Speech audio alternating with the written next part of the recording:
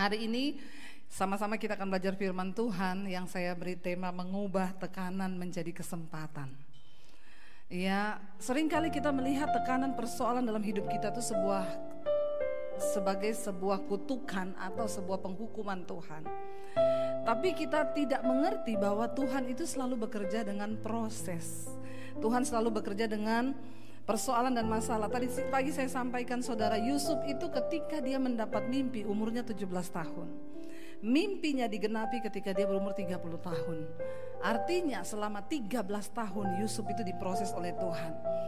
Tetapi ketika kita menghadapi tekanan, ya kita seringkali berespon salah. Kita coba bayangkan ketika Yusuf, mungkin dia pernah mendapat mimpi lalu dia mengalami tidak seperti yang dia mimpikan, saudara. Ketika dia bermimpi dia dimuliakan, tapi ketika dia mulai mengimani mimpi itu, dia ceritakan mimpi yang dia dapat dari Tuhan. Apa yang dia alami? Apakah dia dimuliakan? Enggak. Dia dihina, dia difitnah, dia dijual bahkan sebagai budak. Kalau dia berespon dengan salah, mungkin dia akan berkata, apa yang Tuhan kasih sama saya? Mimpi apa? Tapi Yusuf melihat sebagai dengan cara pandangnya Tuhan bahwa setiap tekanan itu adalah sebuah kesempatan. Contoh ketika akhirnya Yusuf sampai di rumah Potifar, dia dimuliakan di sana, saudara. Alkitab berkata, Potifar mempercayakan kepada dia seluruh isi rumahnya kecuali satu, tante Potifar. Ya, berarti dia dipercaya nggak sama Potifar? Dipercaya. Tapi satu saat, ya ini masalah mulai datang. Tapi itu cara kerja Tuhan. Tante Potifar tergoda sama Yusuf. Lalu dia mencoba menggoda Yusuf. Menurut saudara, istrinya Om Potifar nih, Tante Potifar nih cantik apa enggak? Siapa yang bilang cantik? Emang udah pernah lihat? Siapa tadi yang bilang cantik? Udah pernah lihat belum Tante Potifar kayak apa? Tapi saya sih bilang cantik. Kenapa? Karena Om Potifar ini pejabat. Dan saudara tahu sejelek-jeleknya orang Mesir itu udah kayak putri Indonesia. Kalau di sini orang Mesir tinggi, putih, hidungnya mancung, nggak jauh sama saya sih. Masalah buat lo. Ini kok kayaknya ketawanya mengejek ya. Ampuni mereka Tuhan, mereka mengusik hambamu. Ya, tapi cantik saudara. Lalu dia goda Yusuf. Yusuf di dalam cerita Alkitab, Yusuf lari atau mendekat atau menjauh? Ya, lari itu ada dua saudara. Lari mendekat sama lari menjauh. Yusuf lari menjauh. Dulu saya khotbah di mahasiswa, saya bilang, kenapa Yusuf tidak senang sama Tante Potifar? Ada mahasiswa yang jawab, saya tahu Bu, karena Yusuf senang sama Om Potifar. Oh bahaya ini. Saya bilang kamu jangan menambahi ayat firman Tuhan loh ya. Dia pikir Om Potifar itu cucok, dia pikir Yusuf itu cucok. Jangan ada yang cucok di sini, amin. Gak masuk surga. Ya karena kenapa? Saya sudah pernah bilang dulu di sini. Kalau perempuan itu almarhumah, kalau laki-laki almarhum, bencong aluminium. Nggak ada sebutannya kalau mati saudara. Yusuf akhirnya saudara dia harus dipenjara. Kenapa? Karena dia difitnah sama Tante Potifar. Yang jengkel dia nggak disenangin, dia fitnah bahwa Yusuf mau memperkosa dia. Akhirnya Om Potifar dengar kasus ini. Saya mau tanya, kira-kira sebenarnya Om Potifar tahu nggak bagaimana karakter Yusuf? Tahu, karena Alkitab berkata, kenapa Om Potifar memberikan dia pekerjaan dan kepercayaan? Karena Alkitab menjawab, sebab Yusuf disertai Tuhan dan dia takut akan Tuhan. Kira-kira kalau model tantenya suka goda berondong begini, kira-kira suaminya tahu nggak model istri kayak apa dia? Karena yang paling tahu istri itu sudah pasti suaminya kan. Amin bapak-bapak. Ini kok bapak-bapak melongo ya. Yang paling tahu istri itu suaminya kan. Jangan sampai bapak-bapak lebih tahu istri tetangga loh. Ya, jadi itu udah pasti. Tetapi Tuhan izinkan. Pada akhirnya demi nama baik keluarga dan jabatan, Potifar memilih untuk menjebloskan Yusuf ke dalam penjara. Dia tahu nggak Yusuf nggak bersalah? Dia tahu. Seringkali Tuhan akan izinkan kita mengalami hal-hal yang seperti itu. Dia tahu sebenarnya siapa saya, tetapi demi harga diri, demi martabat, demi jabatan, dia akan mengorbankan kita. Tapi itu menjadi satu kesempatan. Kenapa? Karena Tuhan tahu, Yusuf, satu-satunya pintu untuk engkau menuju ke istana raja itu hanya lewat penjara. Yusuf tidak akan pernah sampai di istana raja kalau dia tidak masuk penjara.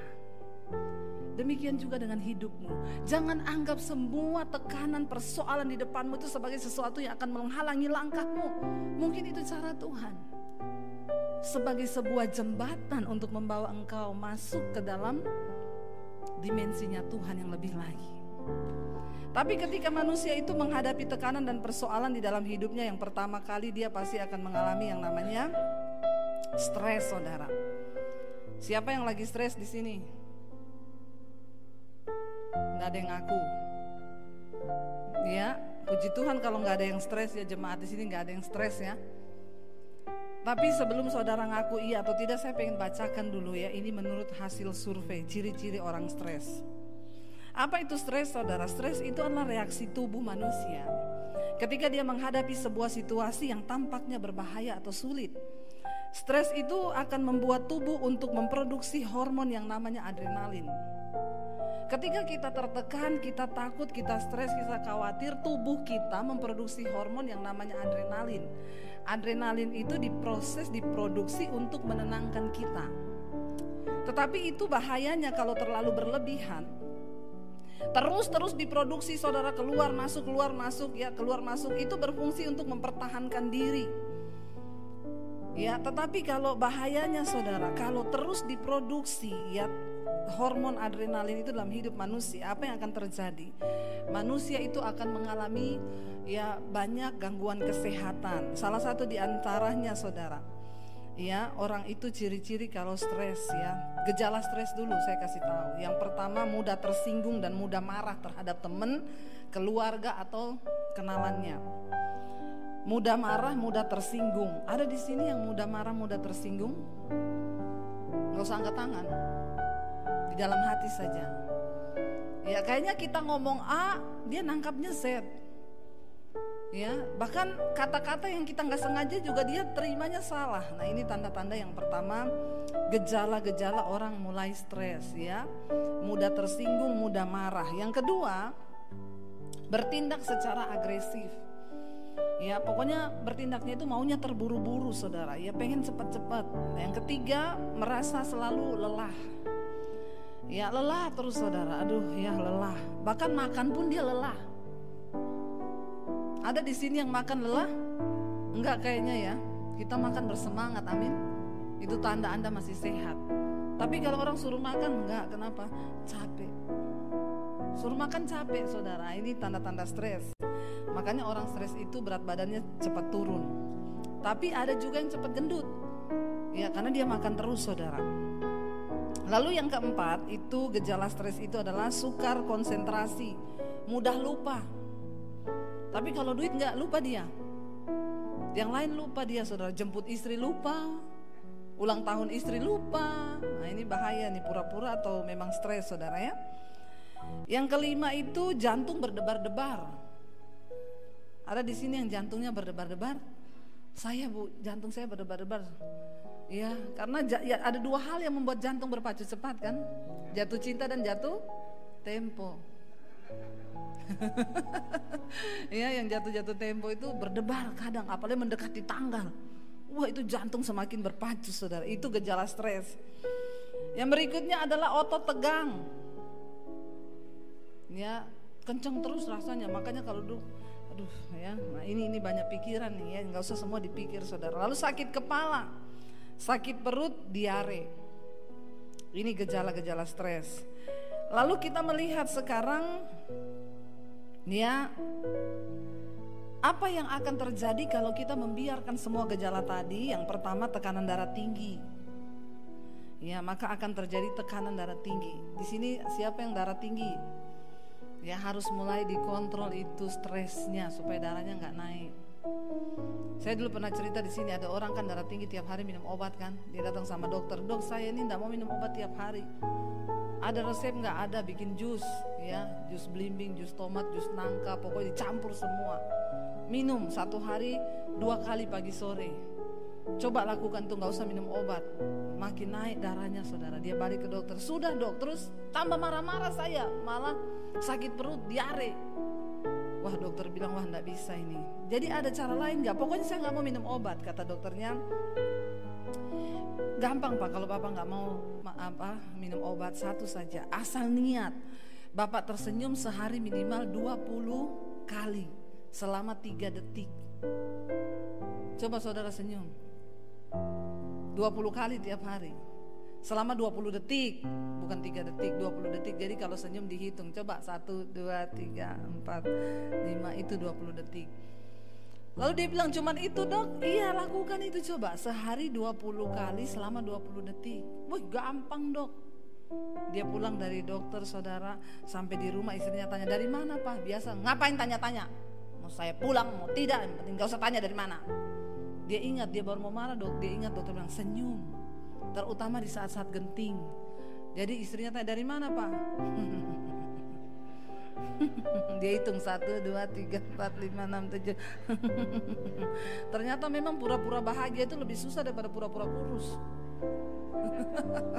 Kita kalau foto pura-pura kurus gampang, tahan perut, angkat kaki sedikit jadi kelihatan kurus ya. Tapi pura-pura bahagia. Tapi dia melakukan supaya gak minum obat darah tinggi. Akhirnya saudara, lolos dia, 20 detik lewat, istrinya gini, ih ada yang lain ya, kok dia senyum. Besok pagi dia bangun pagi, anak-anaknya sudah di meja makan. Biasanya begitu bangun, gimana kuliahmu? Kena damprat semua saudara. Tapi waktu itu dia bangun pagi, dia baru mau tanya, mau marah, dia ingat dokter bilang jangan pernah marah-marah, senyum. Anaknya ngomong, pagi Pak. Pagi. Kuliahmu gimana? Dia hitung 1, 2, 3, 4, 5, 6. Papa berangkat dulu ya kerja ya. Berangkat dia ke kantor, lolos saudara. Sampai di kantor, dia masuk saudara, begitu bunyi pintu, karyawan yang lagi ketawa-ketawa, bos datang. Karena dia membawa roh kuda merah, pencabut damai sejahtera. Biasanya orang stres dan darah tinggi itu membawa roh kuda merah. Kalau dia datang, orang ketawa berhenti. Ya, tapi kalau kita penuh Roh Kudus, kita datang orang ketawa kayak saya ini loh. Bilang amin Ki. Lalu saudara, ya dia masuk kantor langsung semua diam, ya. Begitu dia masuk, pagi Pak. Biasanya kan pagi, bagian keuangan menghadap ke depan. Ini enggak, pagi Pak, pagi.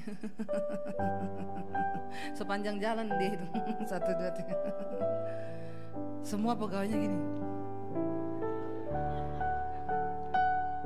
Di sini ada yang jadi pencabut damai sejahtera di kantor? Nggak ada. Akhirnya dia sampai di ruangannya, bagian keuangannya, ini saat yang paling menegangkan. Biasanya dia marah-marah, banting-banting barang. Pak, permisi, masuk, melaporan keuangan. Duduk. Dulu biasa kalau ada salah catat, goblok. Ya, akhirnya diperiksa. Mana catatan kamu, laporan kamu mana? Ini Pak, ini salah ya, goblok ya. Gobloknya tetap tapi sambil senyum.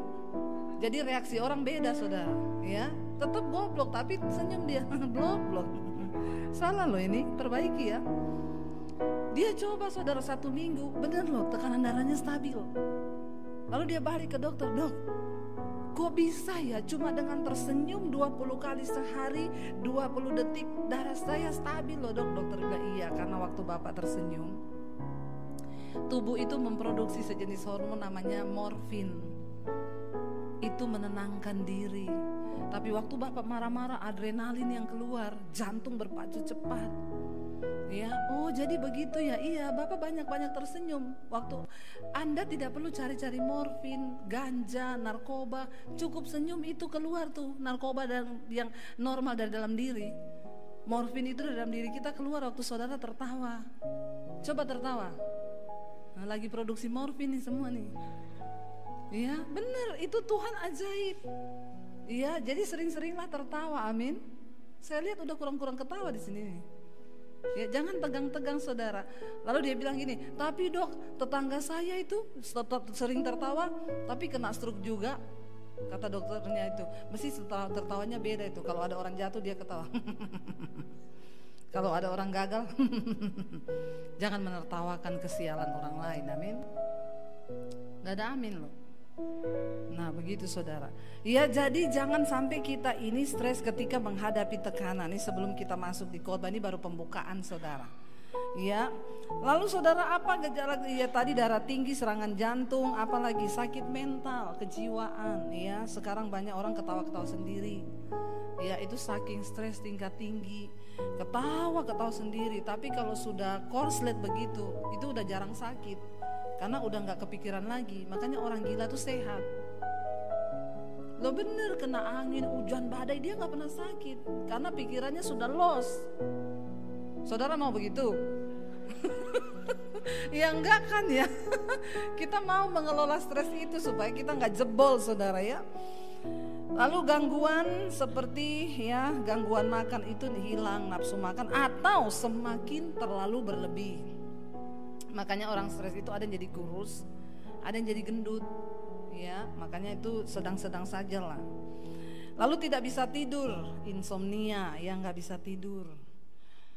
Ya banyak orang sekarang mengeluh, Bu Debbie saya nggak bisa tidur Bu. Ya kenapa ya Bu nggak bisa tidur? Ya saya juga nggak bisa. Ya tolong Ibu coba dengar misbah doa lah pasti tidur. Lalu migrain, sakit kepala, pusing, sakit mah, ya, serangan asma, sesak napas. Ya, itu tadi, terus ruam kulit, itu juga akibat stres. Ya, kenali gejalanya saudara. Kalau engkau mulai rasa sesak napas, sakit kepala, jantung berdebar, coba tarik napas dalam-dalam. Enggak sembuh juga, tarik tunai, pergi piknik. Amin. Tapi kalau begitu tarik tunai jawabannya saldo Anda tidak cukup, tambah stres lagi tuh. Ya. Nah, oke, kita sudah mengenali gejala stres, sekarang kita akan masuk di dalam pembahasan firman Tuhan. Tuhan seringkali bekerja mengizinkan kita mengalami tekanan supaya kita menjadi tekanan itu, merubah itu menjadi sebuah kesempatan. Contoh yang paling ini di Alkitab adalah Daud saudara. Daud orang yang paling banyak menulis Mazmur. Dia di sana bisa berkata, Tuhan kekuatanku, gunung batuku, aku tidak akan goyah. Tuhan adalah perlindunganku. Saudara baca Mazmur itu semua kata-kata kekuatan dari Daud. Kenapa Daud bisa menulis itu? Karena dia mengalami. Tadi pagi saya sampaikan, bagaimana saudara supaya hidup kita ini bisa sungguh-sungguh mengalami janji Tuhan. Hidupi, alami, dan alami sendiri itu firman Tuhan di dalam hidup kita. Mari kita buka bersama 1 Samuel pasal 22. 1 Samuel pasal 22 ayat yang pertama mulai. Judul perikopnya Daud di Gua Adulam.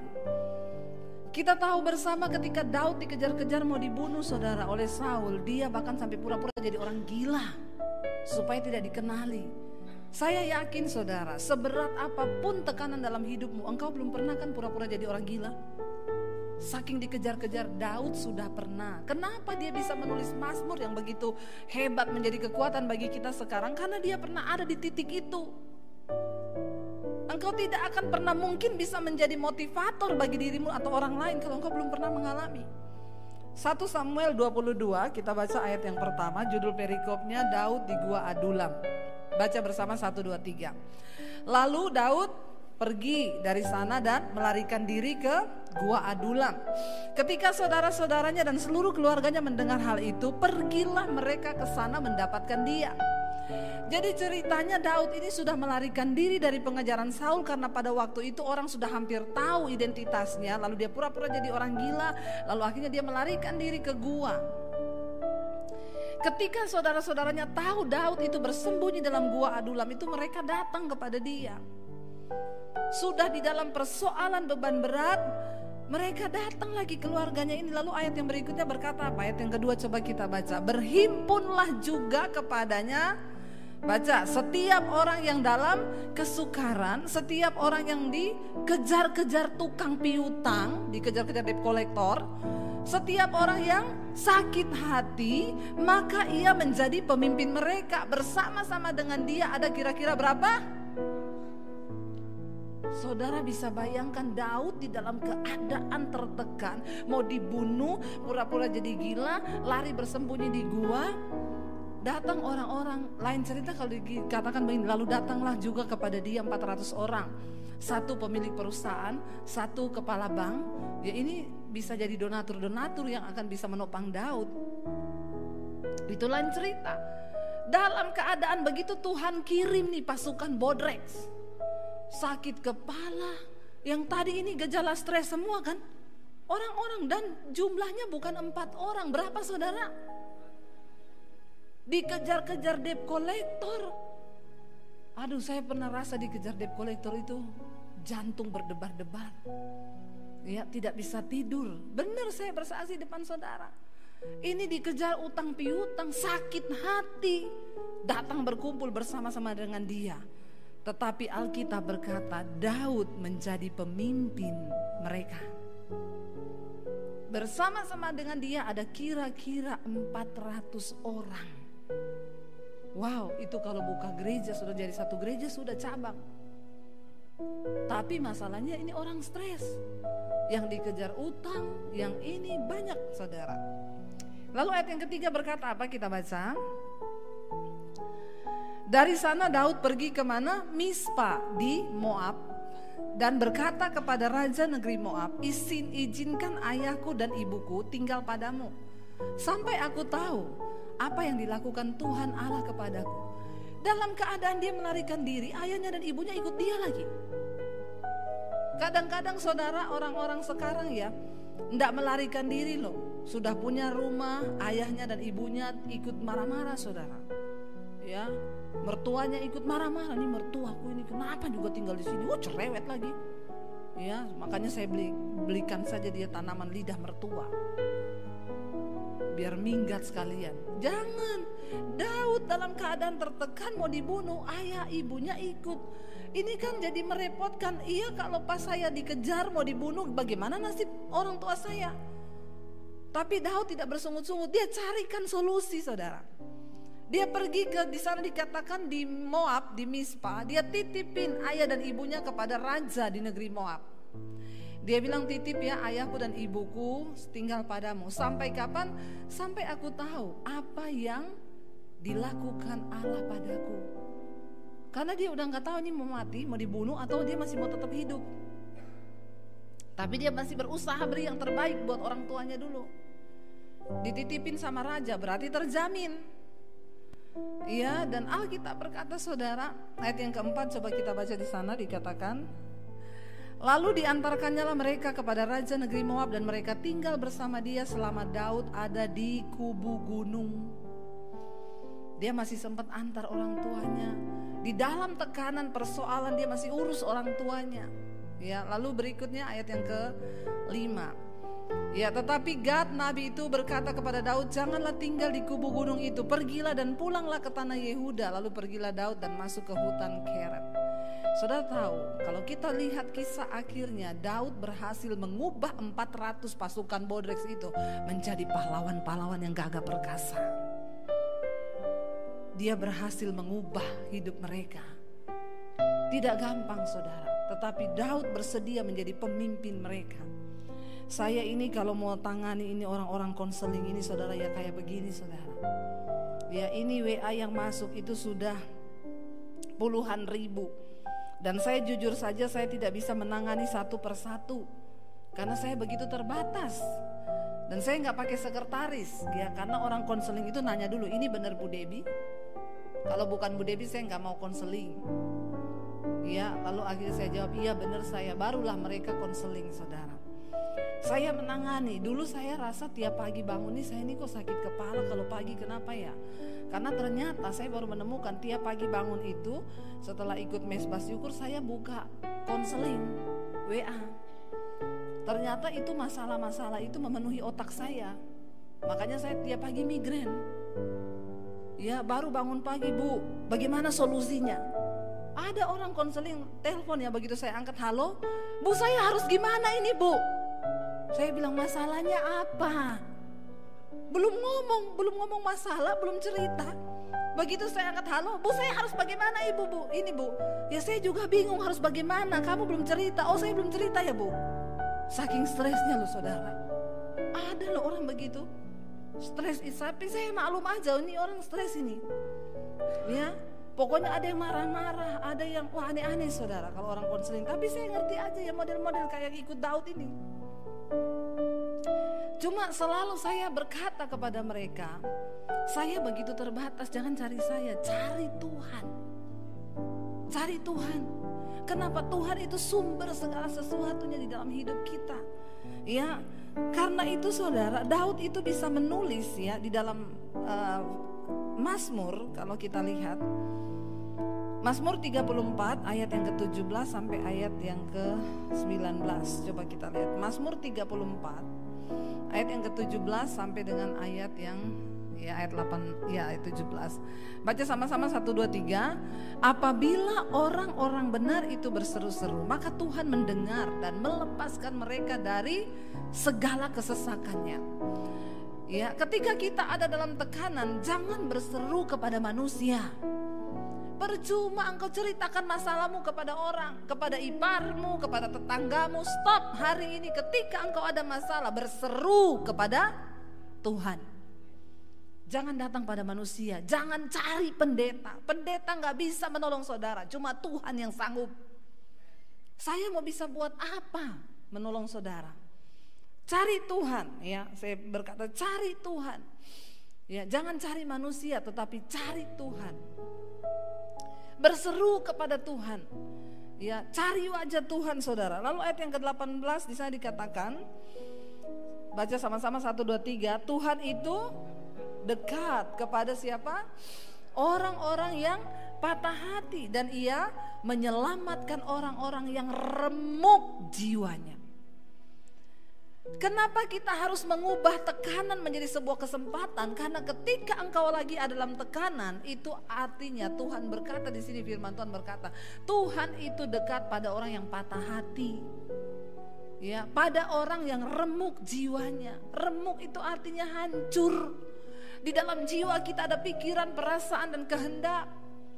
Ya, jangan cari manusia, tetapi cari Tuhan.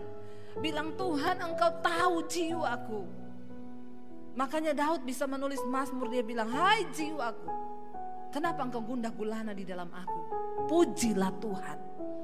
Itu yang menyebabkan Daud bisa menjadi pemimpin pasukan Bodrek. Kalau enggak bisa gila juga dia saudara. Gila hadapi 400 orang begitu di dalam gua. Di dalam gua loh, saudara bisa bayangkan gua itu gelap. Ya, sirkulasi udaranya tidak bagus. Sudah gelap sumpek, isinya 400 orang stres. Daud duduk di sana mau cari angin, ada yang datang, Daud, bagaimana utang saya ini?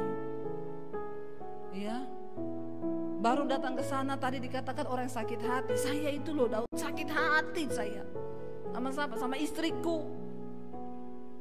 Orang-orang yang dalam persoalan, tetapi Daud berkata, berseru kepada Tuhan. Tuhan itu dekat dengan orang yang patah hati dan remuk jiwanya.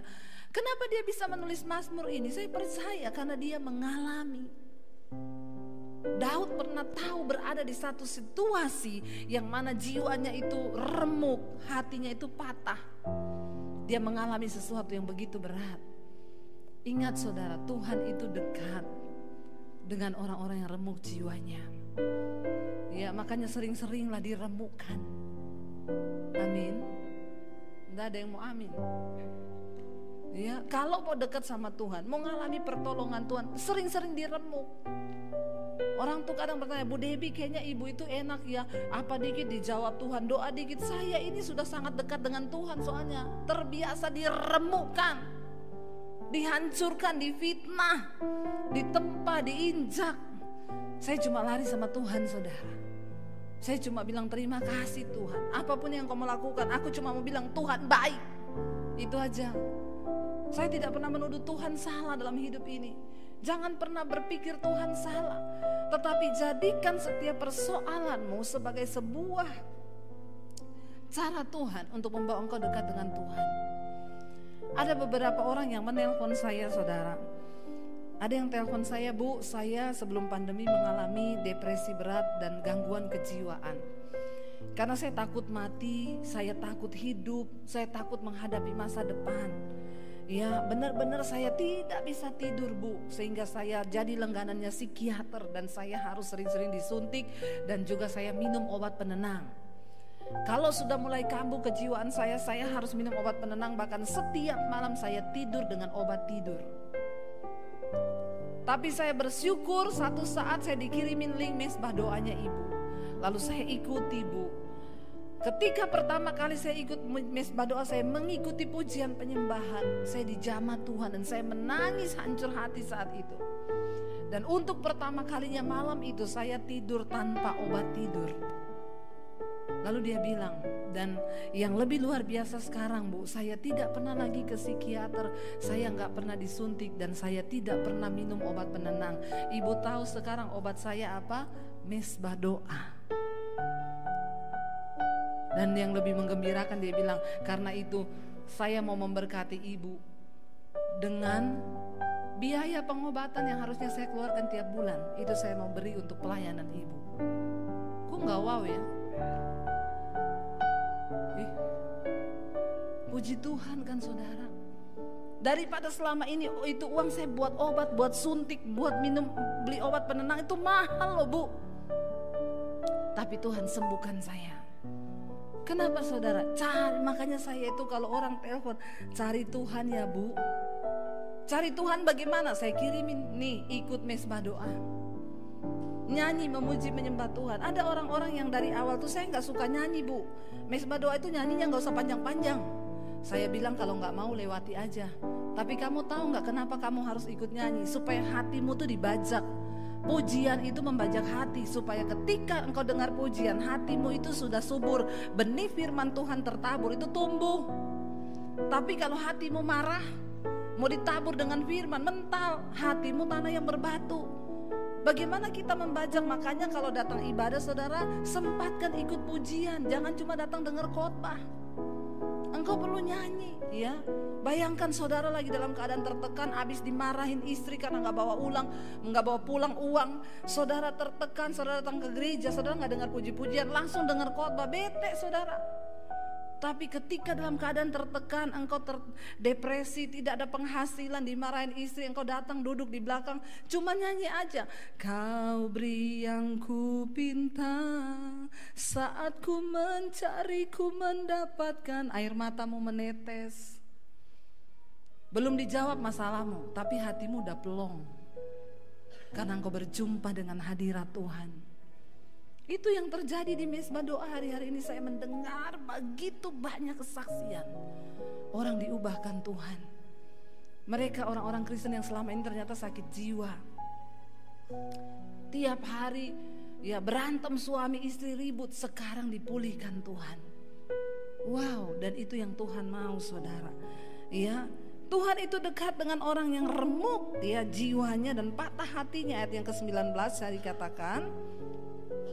Kita baca sama-sama ayat yang ke-19, 1, 2, 3. Kemalangan orang benar banyak ya, tetapi Tuhan melepaskan dia dari semuanya itu.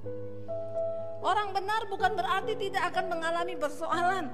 Orang benar bukan berarti tidak akan mengalami kemalangan. Jangan pernah berkata, Tuhan kenapa ini aku alami? Engkau akan diizinkan Tuhan mengalami mungkin kemalangan, tetapi Tuhan berkata, Tuhan akan melepaskan dia dari semuanya itu. Untuk apa saudara? Agar engkau bisa memiliki kesaksian. Semakin banyak kemalangan yang engkau alami, semakin banyak Tuhan akan melepaskanmu, semakin banyak kesaksian yang akan engkau miliki bersama dengan Tuhan. Dan itu yang akan menjadi modal untuk engkau bisa melayani orang lain. Ya, percaya saudara, ya, tidak ada perkara yang mustahil bagi Tuhan. Mari kita pakai setiap kesempatan persoalan dalam hidup kita. Kita pakai setiap kesempatan masalah yang datang dalam hidup kita itu sebagai sebuah kesempatan cara Tuhan untuk memuliakan hidupmu. Seperti yang saya tadi bilang, Yusuf tidak akan pernah bisa melihat dia diangkat jadi perdana menteri kalau dia tidak dimasukkan di dalam penjara. Dari pintu penjara lah dia mulai artikan mimpi. Kepala penjara dia mulai artikan mimpi. Lalu raja tiba-tiba dapat mimpi, tidak ada yang bisa mengartikan. Lalu kepala penjara bilang, ada di dalam penjara seorang yang diberi hikmat untuk menafsirkan mimpi. Raja bilang, panggil dia. Karena semua ahli-ahli dan orang berhikmat di negeri itu gak ada yang bisa terjemahkan. Lalu Yusuf menerjemahkan mimpi raja itu. Dan akhirnya saudara, kita tahu bersama, Yusuf dimuliakan lewat pintu penjara. Mungkin hari ini engkau berkata, Tuhan, usaha saya sudah mengalami jalan buntu.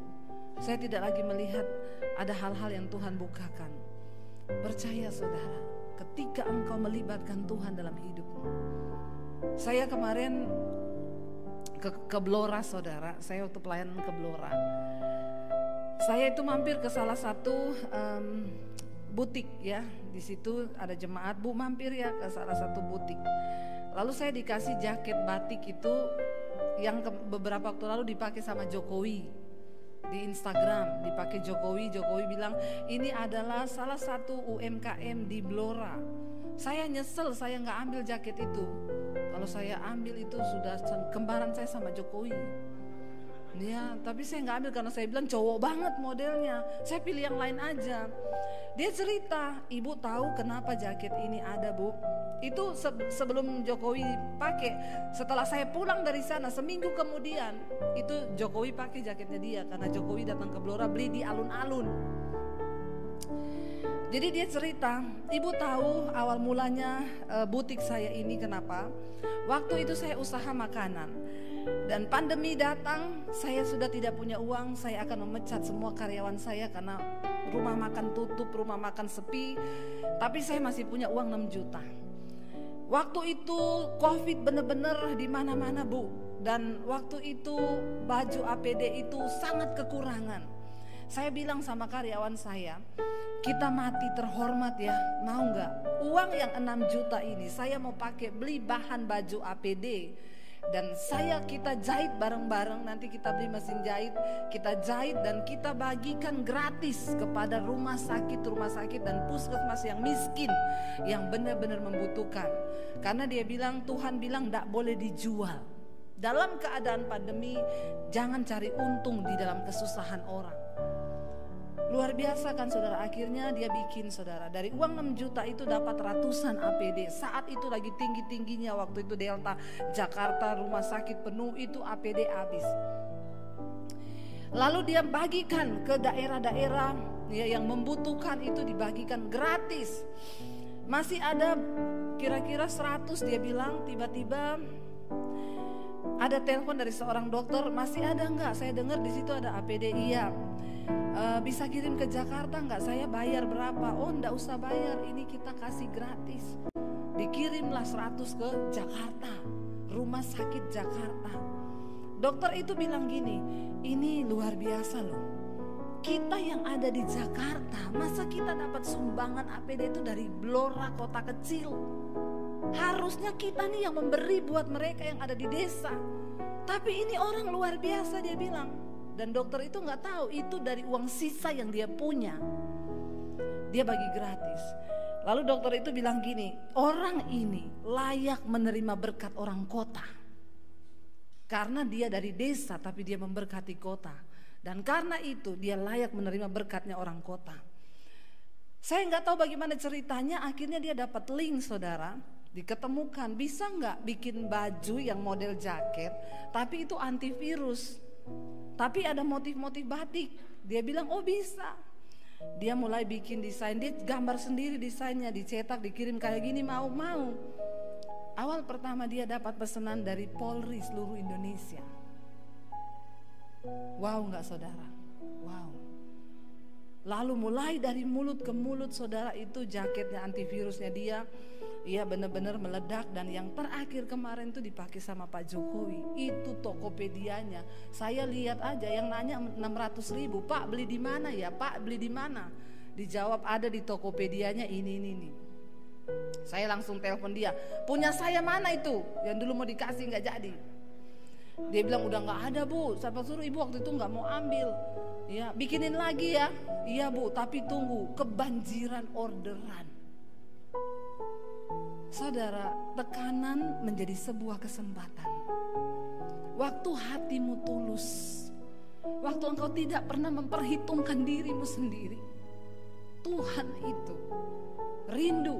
Waktu ketika pandemi di Jakarta, saya dan suami kita tinggal punya uang pas-pasan, tapi saya berkomitmen kita bagi sembako untuk tetangga kita yang berkekurangan karena mereka nggak kerja.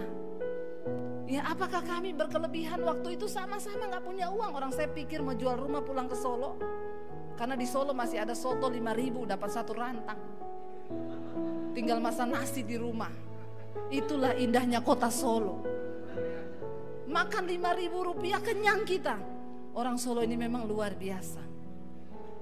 Ya, giliran gini tepuk tangan. Itu namanya makan puji. Tepuk tangan buat diri sendiri. Ya, benar saudara. Apakah kami berkelebihan waktu itu? Enggak. Tapi saya bilang kita nggak akan miskin dengan memberi, karena begitu banyak tetangga saya yang mereka kos-kos ngontrak, kehilangan pekerjaan. Ya, kami komitmen bagi sembako. Apa yang kami bisa lakukan? Gak usah dalam skala yang besar, orang-orang sekeliling kita. Dan Tuhan memperhitungkan itu. Saudara tahu sekarang saya beli rumah lagi kan di Jakarta. Saya kemarin naik rumah baru tanggal 1. Rumah lama saya buat gudang sembako. Wow, tepuk tangan dong buat Tuhan. Apa yang tidak pernah kita pikirkan, waktu hatimu tuh tulus, Tuhan sanggup mengubah tekanan itu menjadi sebuah kesempatan yang tidak kita pikirkan. Dia bisa membuka jalan-jalan baru. Makanya jadi orang tulus aja, gak usah kebanyakan bulus. Karena Tuhan tuh melihat hati. Gak usah pakai cara-cara yang tidak halal, gak usah pakai cara-cara yang kotor. Karena kenapa? Kalau engkau menjadi kaya dari hasil yang tidak benar, maka engkau bisa jadi orang kaya, tapi engkau tidak menjadi orang diberkati Tuhan. Apa bedanya orang kaya dan orang yang diberkati? Orang kaya tidak bisa menikmati kekayaannya, gak ada damai, uangnya banyak. Tapi orang yang diberkati, mungkin kita gak punya banyak, tapi kita dikasih karunia untuk menikmati. Amin saudara. Karena itu mari kita mau sungguh-sungguh percaya bahwa Dia Tuhan, Bapa yang baik, Bapa yang kekal. Saya undang para imam